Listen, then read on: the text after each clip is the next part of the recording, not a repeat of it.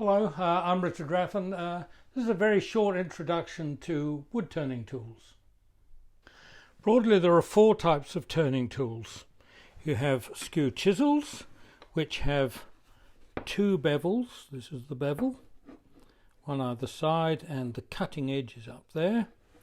We have gouges, which come in a whole range of shapes and sizes. A single bevel with a flute. Then we have scrapers, which tend to be square section bar or rectangular section, and they come in a range of shapes on the end. And then we have parting tools, which are designed to cut across timber, across spindles, really any kind of work which is long and thin. So now we'll have a closer look at these tools. These are skew chisels, and they're used for what we call centre work or spindle work. That's anything long and thin, like a tool handle or a baluster rail, little boxes and little projects like that. The main feature of them is that they have two bevels. That's the bit here which is ground, and the two bevels come to a very sharp point. So we have this one, a 1 inch 25 millimeters, this is a ½ inch about 13 millimeters, and a 3/4 inch. Skew chisels tend to have shorter handles. These, as you can see, are well under a foot long, and traditionally the handles for skew chisels were about 6 inches, 150 millimeters. If we can do any sort of spindle work, long thin work, the chances are you'll need a parting tool, and there are three different types. This is just a straight piece of steel. It's thin and is really designed just for small pieces of work. This is what is called a diamond shaped parting tool, and it's wider in the middle here. So it's really got four facets to either side, and the cutting edge is right in the center. This is not a particularly good example. I don't have a really good parting tool because I use one of these, which is wider at the bottom and thinner at the top, and that means it's less likely to bind. It's just an easier tool to use. Next we come to gouges, which this is a ½ inch spindle gouge. If I had only one tool, this would probably be it, unless I was doing only spindles, in which case I'd have just a skew chisel. But this again has a bevel, and this is called the flute. There's a whole lot of jargon you've got to learn when you start turning, as with most occupations. Now, gouges come in a whole range of sizes, but generally you can do with just the ½ inch, or maybe this is a smaller version of the same thing. This is a 3/8, which is about 9 millimeters.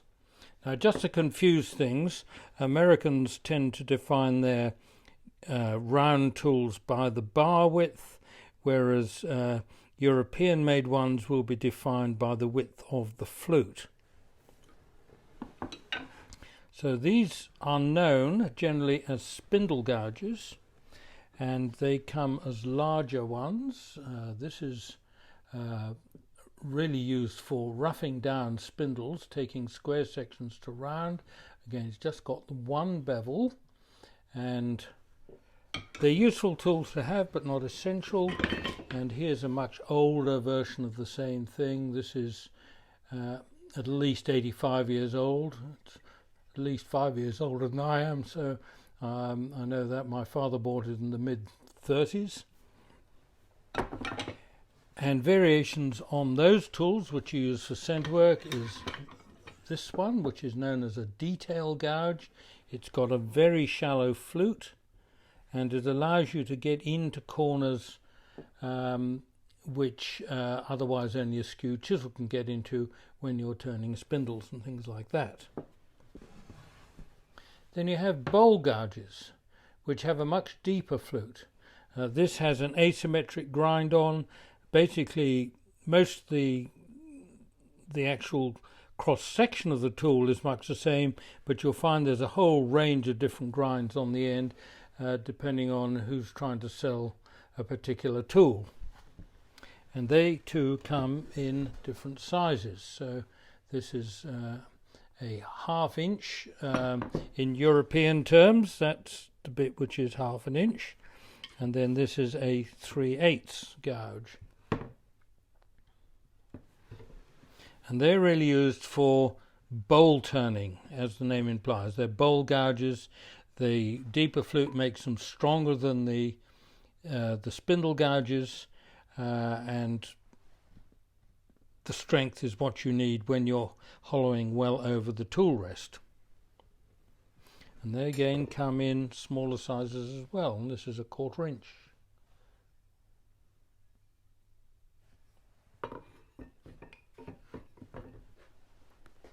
Gouge handles tend to vary in length.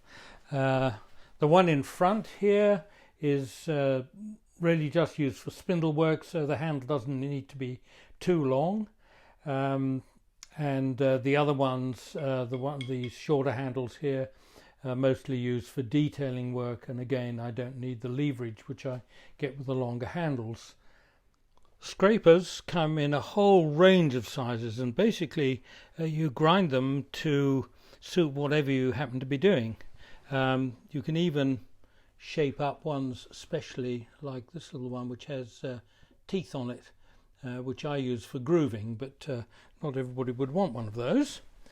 So these are more typical, that I use for boxes and inside bowls. These are all to do with bowls. These are more for hollowing into end grain, so little boxes, things like that. And these are for very small end grain projects. I used to make little scoops, and this is the tool I used for those. I'll just have a closer look here. So what we have here is a brand new scraper. This really hasn't been used yet, and that's the way it came. And it was soon reshaped with a slightly tighter radius on it to suit the smaller bowls I'm making these days. And I have another similar one to that, which is this one, a 1 inch wide scraper, and that again, it gets me into smaller bowls even than that one. Bowl scrapers tend to have a range of handles, shall we say. So if you're working well over the rest, making great big bowls, you want something with a big long handle like that. That's probably close on 2 feet long, 600 millimeters. The smaller ones don't need quite such a long handle.